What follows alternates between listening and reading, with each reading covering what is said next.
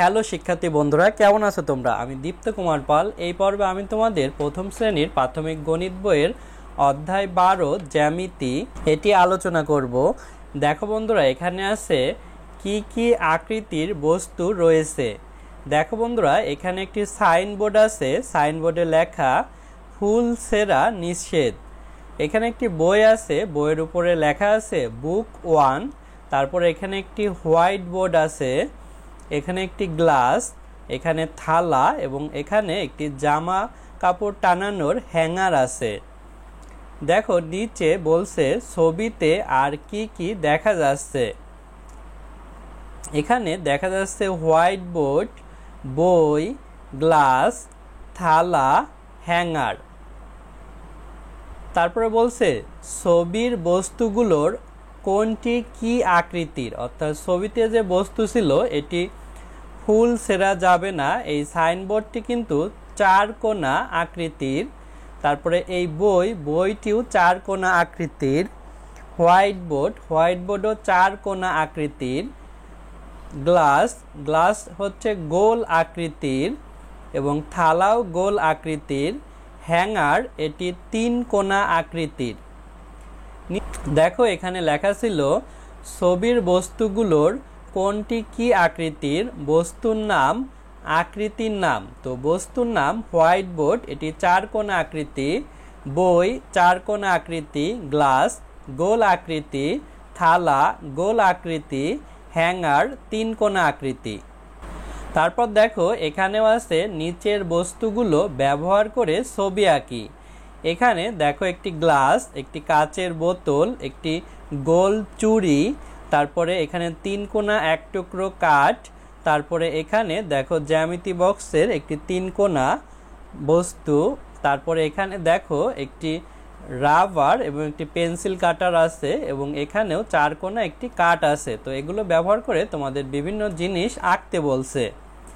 দেখো নিচে এই মেয়েটি বলছে বিভিন্ন আকৃতির জিনিস ব্যবহার করে ছবি আঁকা অনেক মজা।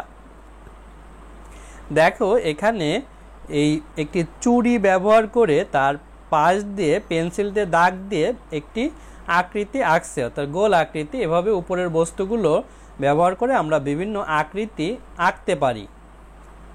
তারপরে বলছে নিচের ছবিতে কি কি আকৃতি আছে খুঁজে বের করো।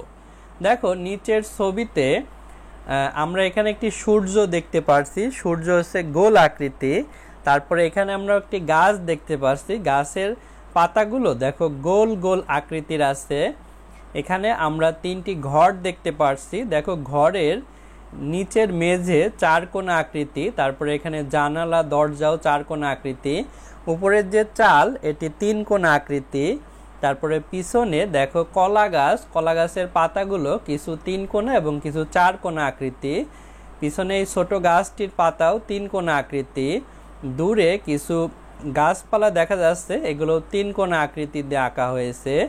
তারপরে এখানে আমরা একটি নৌকা দেখতে পাচ্ছি, এই নৌকা দেখো এখানে একটি তিন কোণা, এখানে একটি তিন কোণা আকৃতি। এভাবে আমরা ছবিতে বিভিন্ন আকৃতি দেখতে পাই। দেখো এখানে আছে এই টিয়া পাখিটি বলছে একই রকম আকৃতির ছবি নিয়ে দল তৈরি করি, অর্থাৎ যেগুলো একই রকম আকৃতি, যেমন একটি হচ্ছে গোল আকৃতি, তিন কোণা আকৃতি, চার কোণা আকৃতি। তো গোল আকৃতি এভাবে গোল হবে, তিন কোণা এভাবে বিভিন্ন রকমের তিন কোণা হতে পারে। তারপরে চার কোণা আকৃতিও এভাবে বিভিন্ন রকমের হতে পারে। তারপরে দেখো এখানে আছে আকৃতিগুলো কি ধরনের। এই মেয়েটি বলছে একটি আকৃতি গোলাকার, কিছু আকৃতি চার কোণা এবং কিছু আকৃতি তিন কোণা, অর্থাৎ উপরে এই একটি আকৃতি গোলাকার এবং কিছু তিন কোণা কিছু চার কোণা। তারপরে দেখো এখানে আছে লাল রং করা আকৃতির দাগ টেনে মিল করি। লাল রং করা আকৃতি দাগ টেনে মিল করতে বলছে। দেখো এখানে একটি চেয়ারের ছবি দেয়া আছে, এই চেয়ারে দেখো কিছু অংশই যে নিচের অংশটি লাল রং করা, এখানে গোল একটি লাল রং করা এবং এখানে তিন কোণা একটি লাল রং করা। তো গোল আকৃতি মাঝখানের এটি হবে, আমরা দাগ টেনে মিল করছি। 3 কোণা আকৃতি এই উপরে আছে, এটি আমরা দাগ টেনে মিল করব এবং 4 কোণা আকৃতি এটি দাগ টেনে আমরা মিল করলাম। বন্ধুরা দেখো এখানেও আছে গোল 3 কোণা ও 4 কোণা আকৃতির ব্যবহার করে বিভিন্ন আকৃতি তৈরি করি। এই মেয়েটি বলছে আমি কাকতাড়ুয়া জাতীয় পতাকা ও মাছ তৈরি করেছি। এই ছেলেটি বলছে তোমার পছন্দের আকৃতি তৈরি করো।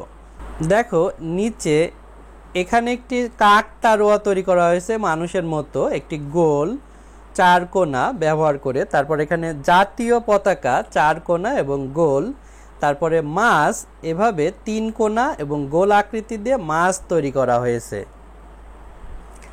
তোমার ইচ্ছা মতো আকৃতি তৈরি করো। এভাবে 3 কোণা 4 কোণা এবং গোল আকৃতি ব্যবহার করে তোমার ইচ্ছা মতো একটি আকৃতি তৈরি করবে এখানে।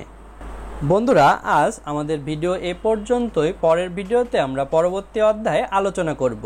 ভালো থেকো তোমরা।